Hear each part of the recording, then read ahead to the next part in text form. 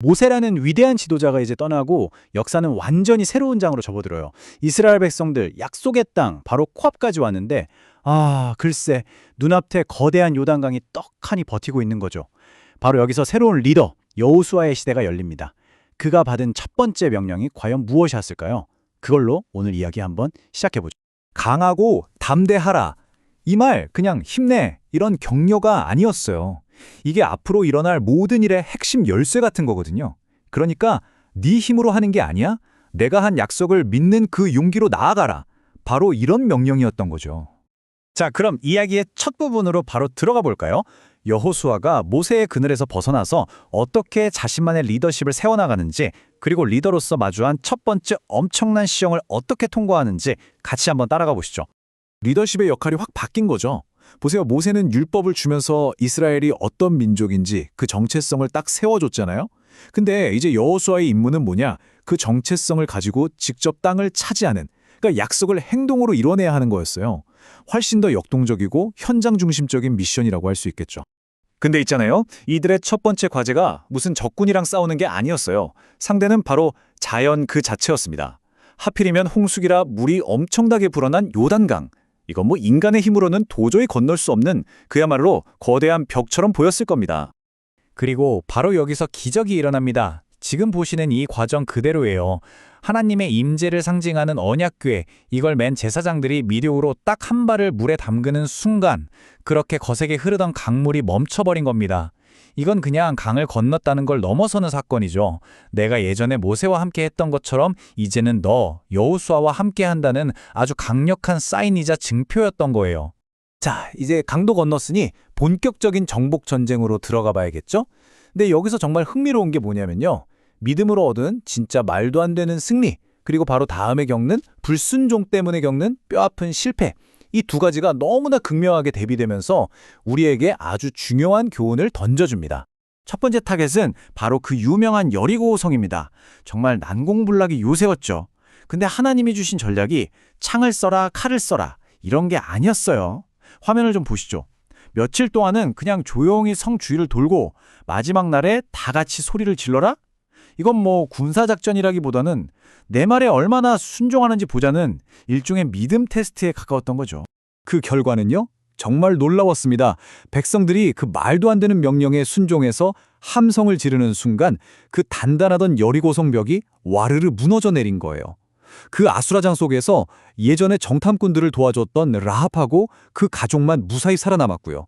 하나님의 방법에 순종했을 때 어떤 완벽한 승리가 오는지 이걸 제대로 보여준 사건이었죠. 여리고라는 거대한 성도 무너뜨렸는데 이상하죠? 바로 다음 전투, 여리고에 비하면 정말 아무것도 아닌 작은 아이성 전투에서는 처참하게 패배하고 맙니다. 아니, 대체 왜 그랬을까요? 무엇이 문제였을까요? 그 원인을 파고 들어가 보니까 바로 아간이라는 한 사람의 숨겨진 죄 때문이었어요. 이게 좀 중요한 개념인데요. 당시 이스라엘 사회에서는 나 한 사람이 공동체랑 따로 떼어서 생각할 수가 없었어요. 이걸 공동체적 책임이라고 하죠. 그러니까 아간 한 명이 몰래 저지른 죄가 이스라엘 전체의 패배로 이어질 수 있었던 거예요. 왜냐하면 그들의 정체성이 나가 아니라 우리였으니까. 한 사람의 불순종이 공동체 전체를 오염시킨 거죠. 자, 내부의 죄 문제를 해결하고 나서야 이스라엘은 다시 일어설 수 있었습니다. 이제 이야기는 클라이맥스로 갑니다. 약속의 땅을 차지하기 위한 대규모 정복 전쟁. 그야말로 서사시의 가장 뜨거운 장면으로 들어가 보죠. 남쪽의 5왕이 연합해서 쳐들어온 정말 큰 전투가 벌어졌어요. 이길 수 있을 것 같은데? 해가 지려고 하는 거예요. 이대로 밤이 되면 전세가 어떻게 될지 모르잖아요. 바로 그 순간 여호수아가 하늘을 향해 믿음으로 선포합니다. 아마 여호수아서 전체를 통틀어 가장 영화 같은 장면이 아닐까 싶네요. 그러자 정말 믿을 수 없는 일이 벌어집니다. 태양이 하늘에 멈춰서고 달도 그 자리에 머무른 거예요. 이건 뭐 하나님이 자기 백성을 위해서라면 자연의 법칙까지도 통제하신다는 걸 그냥 눈앞에서 보여준 사건이었습니다. 덕분에 이스라엘은 시간을 벌었고 적들을 완전히 물리칠 수 있었죠.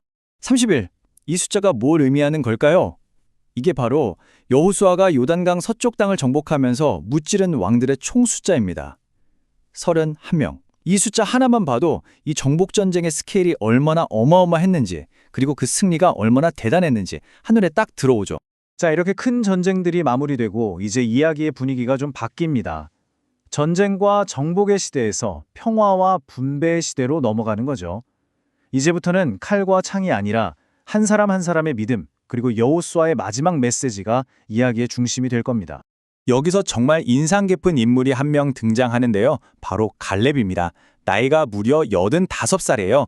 근데 이분이 뭘 요구하냐면 편하고 좋은 땅이 아니라 아직도 거인 족속이 버티고 있는 가장 정복하기 힘든 산지를 자기에게 달라는 겁니다. 이 산지를 내게 주소서. 정말 대단하지 않나요? 나이는 숫자에 불과하다는 걸, 그리고 하나님의 약속을 믿는 믿음이 얼마나 중요한지를 온몸으로 보여주는 거죠. 이렇게 정복한 땅은 이제 각 지파별로 공평하게 제비를 뽑아서 나눠 가졌습니다. 그리고 그냥 땅만 나는 게 아니에요. 실수로 사람을 죽인 사람들을 보호해주는 도피성 같은 제도도 만들면서 새로운 사회의 틀을 잡아나갔죠. 이 모든 과정 하나하나가 아주 오래전 하나님이 그들의 조상 아브라함에게 하셨던 그 약속이 드디어 마침내 이루어졌다는 걸 보여주는 장면들이었습니다. 어느덧 시간은 흘러서 위대한 지도자 여호수아의 인생도 마지막을 향해 가고 있었습니다. 그는 죽기 전에 자기가 평생을 바쳐 이끌었던 모든 백성을 한자리에 불러 모읍니다. 그리고 자기 인생과 리더십 전체를 관통하는 정말 중요한 마지막 메시지를 남기죠. 이게 바로 여호수아의 마지막 유언이자 이스라엘 백성 전체에게 던지는 최후의 질문이었어요. 그는 남들이 어떻게 하나 보자 하고 눈치 보지 않았습니다. 먼저 선포하는 거죠. 너희가 누구를 섬길지 오늘 선택해라. 하지만 오직 나와 내 집은 여호와를 섬기겠다. 이 단호하고 주체적인 신앙 고백, 이게 오늘날까지도 수많은 사람들에게 큰 영감을 주는 이유일 겁니다.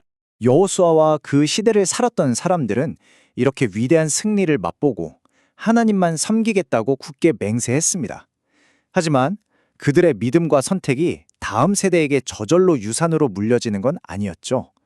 이 이야기는 여호수아서의 이 영광스러운 마무리 바로 뒤에 찾아올 끔찍한 혼란의 시대, 바로 사사기를 암시하고 있습니다. 그리고 그 질문은 시대를 넘어 이제 우리 각자에게 던져집니다. 당신은, 그리고 당신의 집은 누구를 섬기시겠습니까?